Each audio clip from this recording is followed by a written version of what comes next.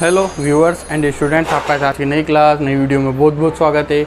आज हम एक बड़े अरसे के बाद या बड़े दिनों के बाद वापस ऑनलाइन प्लेटफॉर्म के माध्यम से मिल रहे हैं। तो देखते हैं आज भी कुछ एक नया इंटरेस्टिंग वीडियो कह सकते हैं, इंटरेस्टिंग चैप्टर मैं आपके लिए लेके आया हूँ। क्या है वो देखें आप। चैनल को अच्छे से ज़्यादा सब्सक्राइब करो यार, जितनी बड़ी फैमिली होगी अपनी उतना मज़ा ज़्यादा आएगा। और वीडियो को लाइक करना मत भूलो, अपने दोस्तों के साथ शेयर करना मत भूलो। तो सबसे पहले देखते हैं आज क्या पढ़ने वाले अपन। ज्वार भाटा। क्या होता है ज्वार भाटा? क्या होता है ज्वार भाटा? कैसे आता है ज्वार भाटा? कब आता है ज्वार भाटा? क्यों आता है ज्वार भाटा? इन सभी का अध्ययन कितने प्रकार का होता है? क्यों आता है ज्वार भाटा? क्या होता है ज्वार भाटा? कैसे आता है ज्वार भाटा? कब आता है ज्वार भाटा? या कितने प्रकार का होता है ज्वार भाटा? आज हम इस पूरे चैप्टर का लगभग अच्छे से अध्ययन करने की पूरी कोशिश करेंगे। यह चैप्टर आपके सिलेबस के अकॉर्डिंग फर्स्ट ईयर के बच्चों के लिए या इंटीग्रेटेड फर्स्ट ईयर कह सकते हैं या एकेडमी फर्स्ट ईयर के बच्चों के ये चैप्टर दिया हुआ है। लेकिन जो भी अगर ज्योग्राफी का स्टूडेंट यह वीडियो देख रहा है उसके लिए बहुत लाभप्रद साबित होगी। तो आज यहीं से स्टार्ट करते हैं कि ज्वार भाटा क्या होता है। तो देखें क्या होता है ज्वार भाटा या क्यों आता है ज्वार भाटा।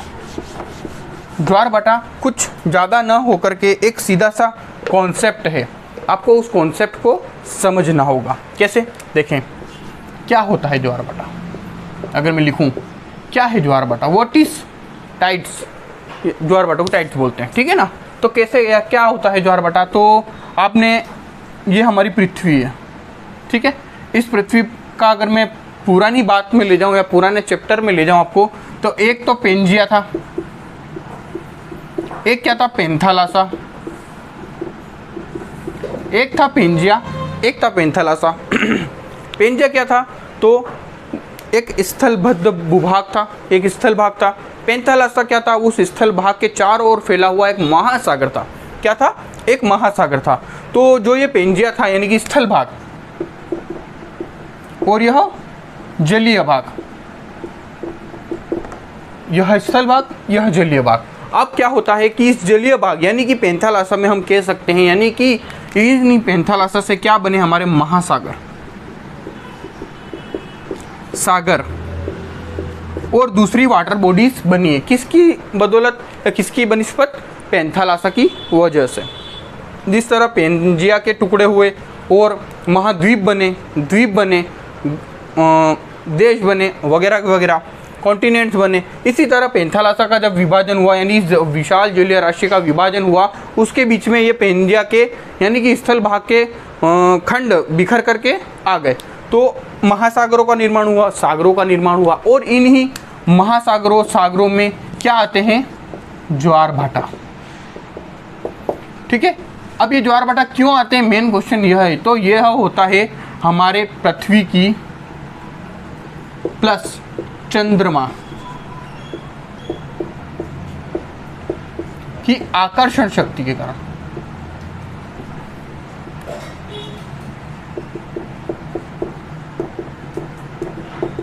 किसके कारण होता है? क्यों आते हैं ज्वार भाटा? तो पृथ्वी और चंद्रमा की आकर्षण शक्ति या गुरुत्वाकर्षण शक्ति के कारण ज्वार भाटा की उत्पत्ति होती है। मैंने बताया आपको आते कहाँ पर है। तो ये जो पेंथालासा एक जलीय राशि थी उसका विभाजन वो महासागर सागरों में बदल गए, तब्दील हो गए, अलग अलग रूप में हो गए। फिर इन्हीं महासागरों सागरों में क्या आता है? तो ज्वार भाटा आता है। क्यों आता है? क्वेश्चन यह था। तो हमने बोल दिया कि पृथ्वी और चंद्रमा की आकर्षण शक्ति यानी कि मैग्नेटिक फोर्स होता है। जिस तरह आप एक चुंबक को दूसरे चुंबक के पास में लाओगे तो खींचने की कोशिश करता है, या एक लोहे को चुंबक के पास में लाओगे तो वह भी खींचने की कोशिश करता है।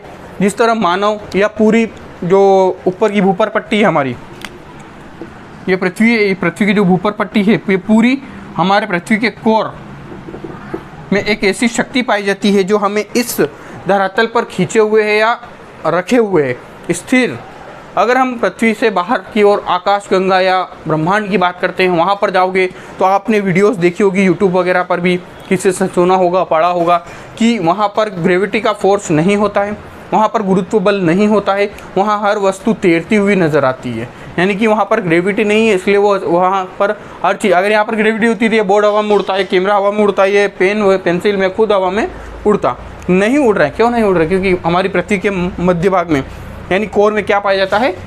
केंद्रीय बल पाया जाता है, गुरुत्व बल पाया जाता है। ठीक है, उसी वजह से हम यहाँ पर टिके हुए हैं। तो जिस तरह पृथ्वी में गुरुत्व बल पाया जाता है, इसी तरह पृथ्वी से ही निकला एक अंग भाग है जिसे हम चंद्रमा या हमारा मून या हमारा उपग्रह कहते हैं। तो यह जो हमारा उपग्रह है, इसमें भी हमारा पृथ्वी की तरह ही गुरुत्व बल पाया जाता है। तो ये जो जैसे कि बाकी तो एक तो क्या है, मैंने कहा तुमको स्थल भाग, ये जो स्थल भाग यह तो कैसा है? ठोस, और जलीय भाग कैसा है? लचीला या तरल भी बोल सकते हैं। जल कैसा होता है? तरलीय रूप में, लचीला होता है, अवयव होती है उसमें, गति होती है उसमें। ठीक है, तो यह गतीय भाग जैसे कि अगर माने यह पृथ्वी है, यहाँ पर जल है। ठीक है, 70% जल पाया जाता है पृथ्वी पर, और 30% लगभग 30 या 25% स्थल भाग पाया जाता है। उस 30 या 25% में भी पर्वत पठार मैदान सभी आ गए। ठीक है, तो अब ये जलीय भाग है, ये गतिमान है, यह गतिशील है, यह एक स्थान से दूसरे स्थान पर जाता है।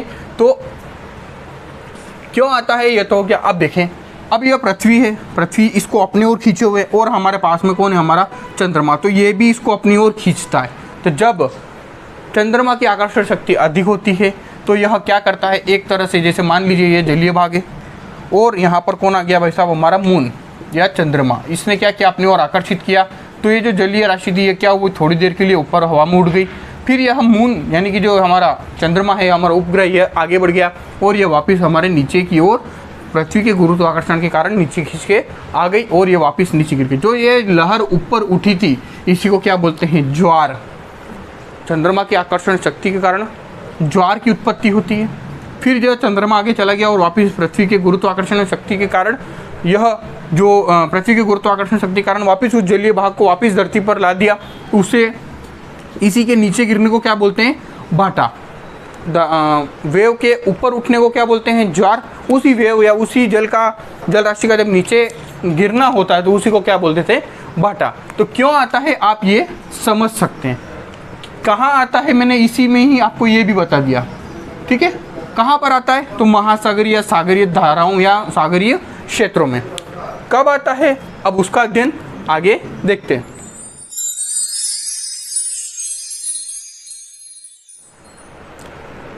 ज्वार की उत्पत्ति देखें तो हमें कुछ आंकड़ों को पढ़ना होगा कि किस तरह ज्वार की उत्पत्ति होती है। थोड़ा बेसिक आपको मैंने बताया, उसके अलावा मेन चीज़ें देखते हैं कि पृथ्वी का व्यास कितना है। 12,800 किलोमीटर। अब ये व्यास क्या होता है? बीच में आएगा त्रिज्या, फिर आएगा परिधि, त्रिज्या, व्यास, तीनों अलग अलग चीज़ें, लेकिन संबंधित किससे है? वृत्त से। गणित में आपने पढ़ा होगा, व्यास भी होता है, त्रिज्या भी होती है, परिधि भी होती है। अब किसको कहते हैं परिधि, किसको कहते हैं त्रिज्या, किसको कहते हैं व्यास? तो माना कि ये पूरा वृत्त है। ठीक है, बराबर वृत्त बनानी, टेंशन लो मत, मान लिया कि, क्योंकि अपने ज्योग्राफी है ना, माना की पे ही चलती है अधिकतर। देखो ये वृत्त है। ये वृत्त कैसा होता है? एक गोलाकार, गोल को क्या कहते हैं? वृत्त कहते हैं, जो किसी एक मूल बिंदु या मुख्य बिंदु से बनता है। यहाँ पर प्रकार रखा, इसको बना दिया, ये वृत्त बन गया। अब देखो, एक होता है व्यास। अगर मैं इस बिंदु को इस तरह से एक सरल रेखा से, यानी कि दो भागों में इस वृत्त को विभाजित कर दूं, इस वृत्त को मैं दो भागों में विभाजित कर दूं बराबर, तो ये जो रेखा कहलाएगी, ये वाली मैंने लिख दिया, इसका नाम ए। ये ए क्या है? ए इज इक्वल टू व्यास। ठीक है, समझ में आया? किसी भी वृत्त को दो भागों में विभाजित करने वाली रेखा व्यास कहलाती है, या वृत्त के एक बिंदु से दूसरे बिंदु को मिलाने वाली रेखा, दोनों सिरों को मिलाने वाली रेखा व्यास कहलाती है। अब ये तो हो गया व्यास। अब मैं क्या कह रहा हूँ, ये जैसे कि यहाँ पर प्रकार रखा और ऐसे घुमाया, तो ये जो बी बिंदु यानी कि ये पूरा वृत्त है, इसको क्या बोलते हैं? बी इज इक्वल टू परिधि। ठीक है ना, बी इज इक्वल टू परिधि। अब मैं क्या कहूँ आपको, आगे देखो, ये था, ये पूरी एक लाइन थी, यानी कि इस सिरे से उस सिरे तक मिलाने वाली रेखा को तो हमने व्यास बोला, और गणित में होता है व्यास का आधा क्या होता है? तो त्रिज्या, माना कि मैंने ये कौन सी हुई C, तो C इज इक्वल टू त्रिज्या, ठीक है ना। सीधा से कह सकते हैं व्यास का आधा क्या होता है, त्रिज्या। अब समझ आएगा आपको कुछ इधर आंकड़ों पे देखो, पृथ्वी का व्यास कितना है 12,800 किलोमीटर। अगर ये मैं पूरी पृथ्वी मान लूँ तो ये जो रेखा है यानी कि एक किसी क्षेत्र से लेके यानी एक बिंदु से लेके उसके अंतिम बिंदु तक पूरी पृथ्वी कितनी लंबी है, तो व्यास कितना है 12,800 किलोमीटर। अब पृथ्वी की त्रिज्या कितनी हुई यानी कि व्यास का आधा कितना हुआ, तो 6,800 किलोमीटर। यानी कि पृथ्वी के केंद्र से लेकर सतह तक की दूरी, पृथ्वी के केंद्र से लेकर सतह तक की दूरी क्या कहलाएगी, त्रिज्या। तो हमारी त्रिज्या कितनी है 6,400 किलोमीटर। 12,800 का आधा कितना 6,400, ठीक है ना। अब पृथ्वी की सतह से चंद्रमा की सतह की दूरी, समझो इस चीज को, पृथ्वी की सतह से, ये पृथ्वी की सतह है, से चंद्रमा की सतह की दूरी लगभग कितनी है 3,77,600 किलोमीटर। किलोमीटर लिखना रही क्या मीटर लगा देंगे कुछ बच्चे तो। देखें 3,77,600 किलोमीटर यानी कि पृथ्वी से लेके चंद्रमा की सतह तक की दूरी लगभग कितनी है 3,77,600 किलोमीटर। अब ये चीज़ क्यों बता रहा हूँ, मैंने क्या बोला कि जो ज्वार भाटा की उत्पत्ति होती है वो पृथ्वी के केंद्र से लेकर चंद्रमा के केंद्र यानी दोनों में क्या पाया जाता है, गुरुत्वाकर्षण बल पाया जाता है। उसी गुरुत्वाकर्षण बल के कारण महासागरों या सागरों की जल राशि ऊपर की ओर उठती है, खिंचाव के कारण, गुरुत्वाकर्षण के कारण, शक्ति के कारण। तो शक्ति उत्पन्न कहाँ होती है, यहाँ केंद्र में। तो जो केंद्र की दूरी वो प्रभावित करेगी या नहीं करेगी, ज्वार भाटा को करेगी, ठीक है ना। तो देखें पृथ्वी के केंद्र में जाना है तो आपको 6,400 किलोमीटर में जाना है, और अगर चंद्रमा की सतह और पृथ्वी की सतह की बात करें 3,77,600 किलोमीटर, तो यह दूरी अधिक है, यह दूरी कम है, ठीक है। अब कुछ इसको बेसिक मैं आपको समझाने की कोशिश करता हूँ। यह मून है, यह भी मून है, और ये क्या है, अर्थ यानी कि पृथ्वी। देखिए क्या होता है,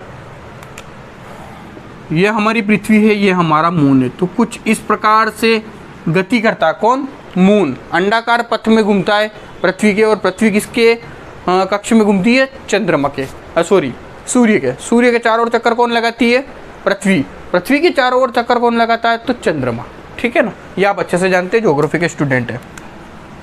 अब आप इसमें देखोगे एक स्थिति होती है ये वाली, एक स्थिति होती है ये वाली। क्यों, क्योंकि यह दोनों ये मतलब चंद्रमा अंडाकार पथ में गमन करता है। तो एक स्थिति तो ऐसी आएगी कि जब वो पृथ्वी के बहुत अधिक नज़दीक होगा। एक स्थिति ऐसी आएगी कि वो मून यानी कि चंद्रमा पृथ्वी से बहुत दूर होगा।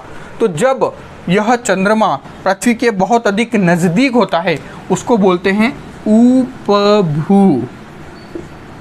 क्या बोलते हैं, उपभू, यानी कि पास में। और दूर वाली स्थिति को क्या बोलते हैं, अपभू। ये चीज़ आप अच्छे से याद रखना, रट लेना, समझ लेना। इतनी आसानी से हर कोई नहीं समझाएगा, आपको कन्फ्यूज़न होगा। ये उपभू की स्थिति, ये अपभू की स्थिति। उपभू की स्थिति यानी कि पास में है मून, अपभू की स्थिति दूर है मून, ठीक है ना। हाँ चलो समझ आ गया ये चीज़। अब जब मून पास में है यानी कि कौन सी स्थिति है, उपभू की स्थिति। जब भी उपभू की स्थिति होती है तब दीर्घ ज्वार आता है।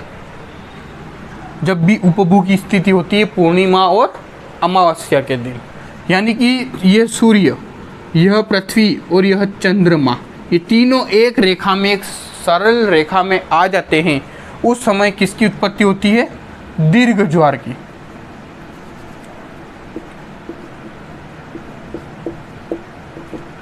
तब कौन सी स्थिति होती है, दीर्घ ज्वार की स्थिति होती है। जब ये तीनों एक समान रेखा में यानी कि सन, मून और अर्थ, या अर्थ मून दो भी कह सकते हैं, यानी कि ये तीनों एक रेखा में होने चाहिए, सामने सामने होने चाहिए। तब कौन सी स्थिति उत्पन्न होती है, दीर्घ ज्वार की। तो जब यह मून पास में आता है किसके, पृथ्वी के, तो यहाँ पर स्थित जो भी जल राशि है वो क्या हो जाती है, ऊपर की ओर उठ जाती है। और ऊपर की ओर क्यों उठती है, तो वो चंद्रमा के आकर्षण शक्ति के कारण उठती है। फिर यह चंद्रमा, भाई साहब थोड़ा आगे तो जाएगा वापस, अब यह स्थिति आ जाती है आगे आगे आगे, ये आगे बढ़ जाता है। अब उसके प्रकार यानी कि ज्वार भाटा के प्रकार तो भी आगे अध्ययन करते हैं। देखें फिर ये आगे बढ़ गया तो ये क्या हुआ, इसकी जो शक्ति थी ये दूर हो गया वापिस। तो ये जो शक्ति थी ये छोड़ दी इसने और वापस किसकी शक्ति काम कर रही है, पृथ्वी की आंतरिक शक्ति, और उसने वापस इसको अंदर खींच लिया। यानी कि लहरों का ऊपर उठना ज्वार कहलाता है, उन्हीं लहरों का वापस नीचे गिर जाना भाटा कहलाता है। सीधा सा सिंपल सा कॉन्सेप्ट है, ठीक है। तो ज्वार भाटे की उत्पत्ति क्यों होती है, कैसे होती है, ये देखा। अब एक चीज़ एक और देख लेते हैं कि ज्वार भाटा के प्रकार। ज्वार भाटा के प्रकार मेनली ऐसे तो बहुत सारे प्रकार होते हैं, पर आपको मुख्य रूप से दो याद रखने हैं। एक आता है दीर्घ ज्वार, एक आता है लघु ज्वार। इसके अलावा और होते हैं उपभू ज्वार, दीर्घ ज्वार, दैनिक ज्वार, अर्ध दैनिक ज्वार, उसको भी मैं थोड़ा बता दूंगा। मेनली ये चीज़ समझने की है जो आपको ज़्यादा आनी चाहिए या होनी चाहिए दिमाग में। क्या है, पहला है पूर्ण ज्वार, जिसे हम दीर्घ ज्वार भी कहते हैं। यानी कि ऐसा ज्वार जो नॉर्मल, जैसे कि अगर मैं कहूँ कि एक बच्चा है जो हमेशा 50% लाता है, लेकिन वो एक बार लाया 70% और एक बार ले आया 30%, तो ये तो क्या हो गया उसका औसत अंक, और ये क्या हो गया उसके अच्छे या औसत से ज़्यादा, ठीक है ना। ये औसत से ज़्यादा, ये औसत से क्या हो गए कम। तो कुछ इस प्रकार से ही होता है ज्वार भाटा में। यानी कि उसका औसत जो ऊंचाई है ज्वार भाटा आने की, ये माना कि 10 फीट ऊंचा ज्वार आया, 20 फीट ऊंचा ज्वार आया, उस ज्वार से ज़्यादा ऊंचा ज्वार आता है तो उसको हम बोल देंगे क्या, तो पूर्ण ज्वार या दीर्घ ज्वार। अगर उस औसत से नीचे आता है ज्वार, यानी कि कम ऊंची लहरें उठती है, तो उसे हम क्या बोल देंगे, लघु ज्वार। यानी कि अगर वो औसत से 20% ज़्यादा आया ऊंचा तो वो हो गया दीर्घ ज्वार, अगर वो औसत से 20% कम आया या नीचे आया तो वो हो गया लघु ज्वार। ये बेसिक है। अब इसका कॉन्सेप्ट कैसे, क्यों लघु ज्वार आता है, क्यों दीर्घ ज्वार आता है, कब लघु ज्वार आता है, कब नहीं लघु ज्वार आएगा, देखें। इसको समझने के लिए इस डायग्राम को समझना ज़रूरी है। मैंने आपको पहले बताया था कि जब सूर्य, चंद्रमा और पृथ्वी तीनों एक ही रेखा में होते हैं तब दीर्घ ज्वार की उत्पत्ति होती है। ये मैंने आपको समझा दिया था। तो ये जो देखो इस वाली कंडीशन में देखो देखो इसमें है ये सूर्य, ये पृथ्वी और ये चंद्रमा, ये तीनों एक ही रेखा पर स्थित है। ये देखो तीनों एक ही रेखा में स्थित है या नहीं, हाँ सर है। कैसे, देखो यहाँ पर सूर्य, उसके पास ही में आ गया कौन, हमारी पृथ्वी, और उसी के समकक्ष समान रेखा में अगर मैं यहाँ पर 3 बॉल रख दूँ, 1 2 और 3, तो ये तीनों एक ही रेखा में हुई, सीधी सी बात, ठीक है ना। तो ये तीनों जब एक ही रेखा में आ जाती हैं तो उसके आप 3 नाम बोल सकते हो। जब पृथ्वी, सूर्य और चंद्रमा तीनों एक ही रेखा में आ जाए, एक सरल रेखा में आ जाए, तो उसे आप 3 नाम दे सकते हो। पहला आप बोल सकते हो उसको युति, वियुति, युति बोल सकते हो, वियुति बोल सकते हो, ठीक है ना।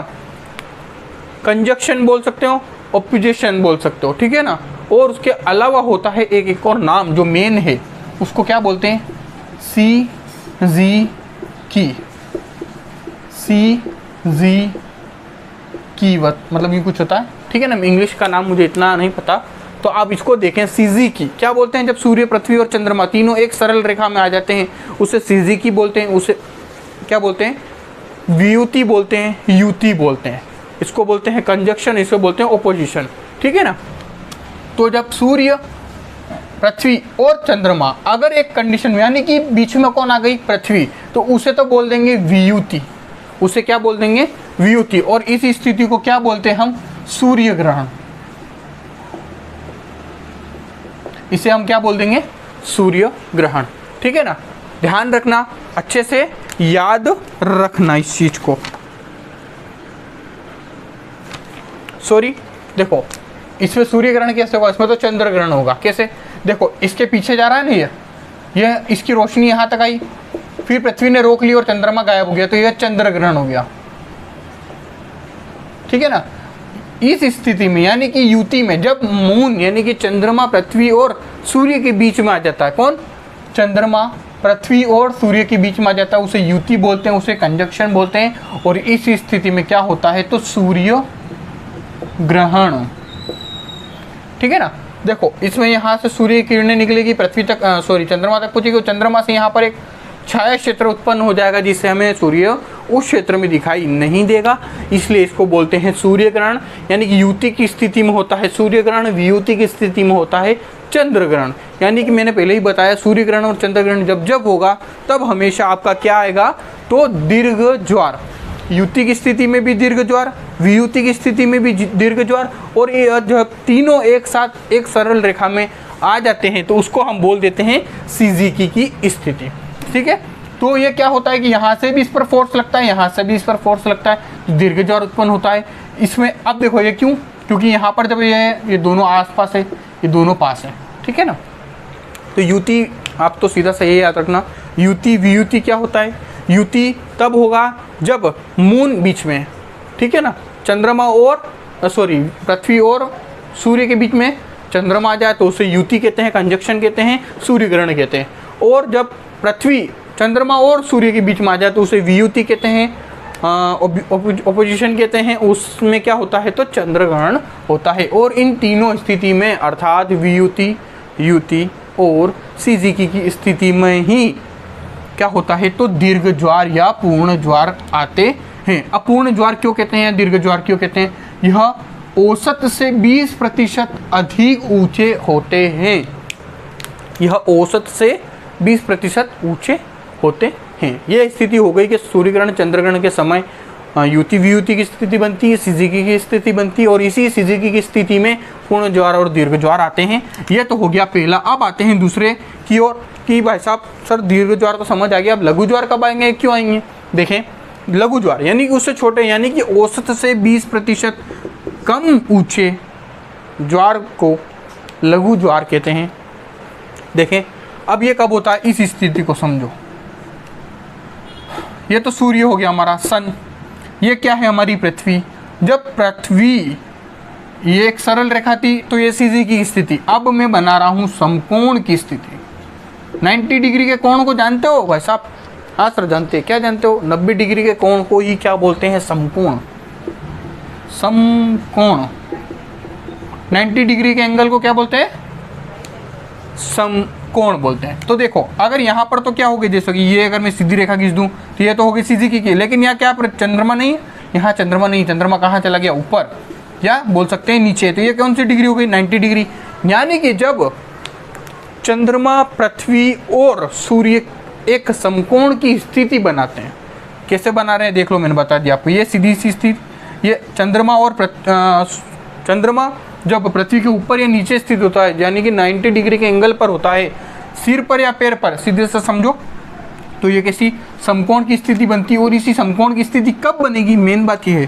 तो जैसे कि अगर मैं समझाऊँ तुमको, ये पृथ्वी, अभी चंद्रमा यहाँ है, फिर यहाँ जाएगा, फिर यहाँ जाएगा, यहाँ जाएगा, यहाँ जाएगा, यहाँ जाएगा, यहाँ जाएगा, यहाँ जाएगा, यहाँ जाएगा, यहाँ जाएगा, वापस अपने स्थान पर आएगा। तो ये जब पूरा चक्र अपना चलाता है कौन, चंद्रमा, तो एक अनेक कलाएं दिखाता अपनी, 24 कलाएं हैं चंद्रमा की, ठीक है ना। उन कलाओं की वजह से ही यह सिज़िकी, युति वियुति, ये युति वो बुति सब होती है, ठीक है ना। तो एक स्थिति ऐसी भी बनती कब, शुक्ल पक्ष और कृष्ण पक्ष की सप्तमी और अष्टमी को।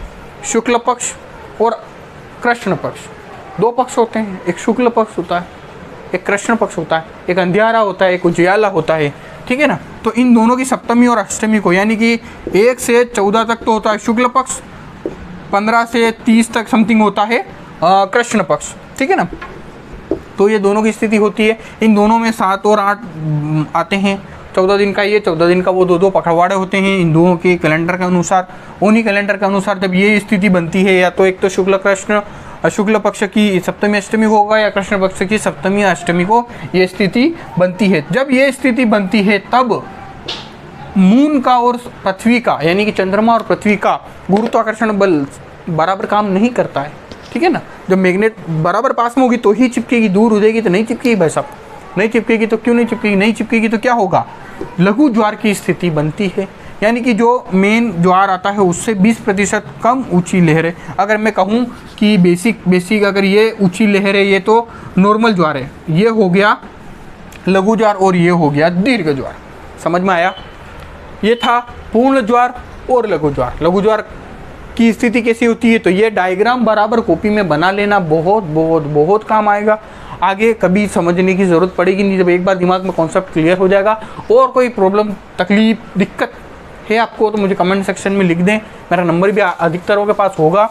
और अपने दोस्तों के पास इस वीडियो को शेयर करें, लाइक करें, हौसला बढ़ाते रहे। अपनी फैमिली 1000 सब्सक्राइबर की हो गई है और इसको आगे तक ले जाएँ। आप भी ले जा सकते हैं, मैं तो नहीं ले जा सकता। तो आपने देखा ज्वारभाटा क्या होता है, क्यों होता है, कहाँ होता है। और एक छोटी सी चीज़ एक और मैं बता देता हूँ आपको, नहीं बताई मैंने आपको, इसलिए बता देता हूँ कि एक दिन में कितनी अवधि होती है, 24 घंटे। इस 24 घंटे के अंतराल में यानी कि पृथ्वी के एक दिन में कितनी बार ज्वार आएगा? लगभग 2 बार ज्वार आता है एक पृथ्वी पर, यानी एक दिवस में, एक दिन में 24 घंटे की अवधि में 2 बार ज्वार आता है। प्रत्येक ज्वार के आने में, यानी कि एक ज्वार आएगा, तो जैसे मान लो चलो एक ज्वार आया 12 घंटे बाद, एक ज्वार आया 12 घंटे बाद, तो 12-12 घंटे के अंतराल में आता है। लेकिन पृथ्वी और चंद्रमा दोनों भाई साहब घूमते फिरते हैं, इनको टहलना पसंद है, ठीक है ना। तो ये होता है 12:26 और 12:26। 26 और 26 कितने होते हैं? तो 52 मिनट का अंतराल हो जाता है। 52 मिनट का अंतराल हो जाता है 2 ज्वारभाटा के बीच में, समझ गए। हाँ, यूँ तो 12-12 घंटे के अंतराल में आता है, 12-12 दूनी 24, ठीक है ना। लेकिन 26 मिनट और ऐड करने पड़ते हैं हमको, क्यों? क्योंकि पृथ्वी और चंद्रमा दोनों गतिमान है। दोनों, पृथ्वी सूर्य का चक्कर काट रही है और चंद्रमा पृथ्वी का चक्कर काट रहे हैं, तो ये आगे पीछे की स्थिति हो जाती है। इसलिए हमने 12:26 यानी 12:26 और 12:26, यानी कि दोनों 26-26 मिनट को मिलाओगे तो 52 मिनट का अंतराल 2 दैनिक ज्वार के मध्य आता है। एक दिन में आने वाले ज्वार को दैनिक ज्वार कहते हैं। उसी दैनिक ज्वार को अर्ध ज्वार के रूप में कन्वर्ट करेंगे तो 12:26 में एक ज्वार आता है, ठीक है। तो इसी तरह और अलग अलग ज्वारभाटा की कैटेगरी से दैनिक ज्वार, अर्ध दैनिक ज्वार, उसके बाद आता है अपभू उपभू ज्वार, वो मैं समझा चुका हूँ। अपभू क्या होता है, उपभू क्या होता है, ठीक है। तो ये मेन कॉन्सेप्ट था, क्या होता है ज्वारभाटा, क्यों होता है ज्वारभाटा और ज्वारभाटा के प्रकार। इसको पूरे जो मैंने बोला है लिखा कम है, आज समझाया ज़्यादा है, तो इसको अच्छे से लिख लेना, समझ लेना, वीडियो पूरी देखा करें, अच्छे से नोट बनाएं, याद रखें। नहीं याद होता है तो 2 बार वीडियो देखें, फिर भी नहीं याद होता तो मुझे कमेंट करें, सर समझ नहीं आया, मैं एक और बार फिर कभी वीडियो बना दूंगा। तो आई होप ये वीडियो आपको पसंद आई होगी, समझ आई होगी। मिलते हैं इसी प्रकार की नेक्स्ट वीडियो में। ज़्यादा से ज़्यादा लाइक दें, ज़्यादा से ज़्यादा सब्सक्राइबर करें। मिलते हैं इसी प्रकार की नेक्स्ट वीडियो में। Thanks for watching.